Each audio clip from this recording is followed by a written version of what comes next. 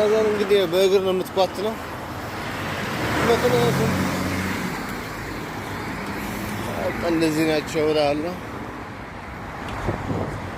መኪና በጣም ቅናሽ ነው፣ ቺፕ ነው። ከ100 ብር ጀምሮ መኪና አለ።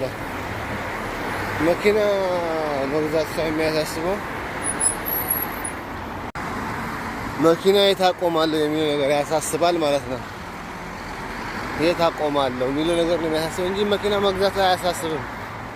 ይሄን አክልም ነው። እንደውም ያለ መንጃ ፈቃድ ብትነዳ ራሱ ብዙም የሚጠይቅ ሰው የለም። እንደኛ ሀገር እንደሌላ ሀገሮች ትራፊክ መንገድ ላስቀምጥበት ምክንያት የለም ጥፋት ካላጠፋህ በስተቀር እና በጣም መኪኖች ቺፕ ናቸው።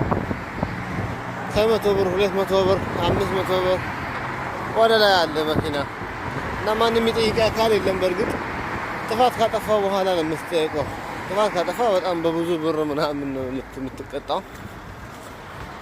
እና መኪና ብዙም ውድ አይደለም። እዚህ ሀገር ማቆሚያ ቦታ ነው ውድ።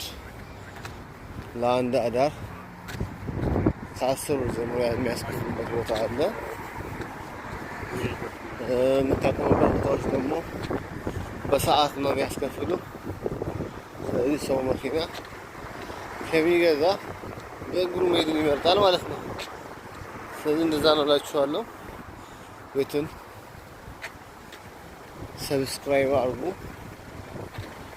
እንግዲህ ቤቱ እንዲያድግና ከዚህ በኋላ ደግሞ ፕሮፌሽናል ዩቲዩበር እንድንሆን እንድትረዱ እንፈልጋለን። መልካም እላችኋለሁ።